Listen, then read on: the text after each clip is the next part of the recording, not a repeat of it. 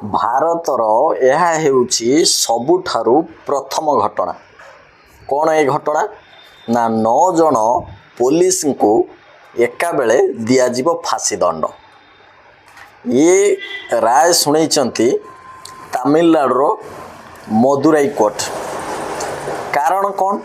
ନା ଏ 9 ଜଣ ପୋଲିସ ବାବୁ ଯେତେବେଳେ 2020 ମସିହାରେ ଲକଡାଉନ୍ ଚାଲିଥିଲା, ସେତେବେଳେ ଯେଉଁ କୋଭିଡ଼ ନିୟମ ଅନୁସାରେ 2 ଜଣ ବାପ ପୁଅ ସେମାନେ ନିୟମ ନ ମାନି ମୋବାଇଲ ଦୋକାନ ମାନେ ବେଟାଇମ୍ରେ ଖୋଲିଥିଲେ। ତେଣୁକରି ପୋଲିସ ତାଙ୍କୁ ଆରେଷ୍ଟ କରିଥିଲା। ଆଉ ଥାନାକୁ ନେଲା ପରେ ରାତି ସାରା ଏତେ ଟର୍ଚର କରିଥିଲା, ଏତେ ପିଟିଥିଲା ନିର୍ମମ ଭାବରେ। ଏଇ 9 ଜଣ ବାବୁ ତା ଦେହରେ ଇନଭଲ୍ଭ ଥିଲେ।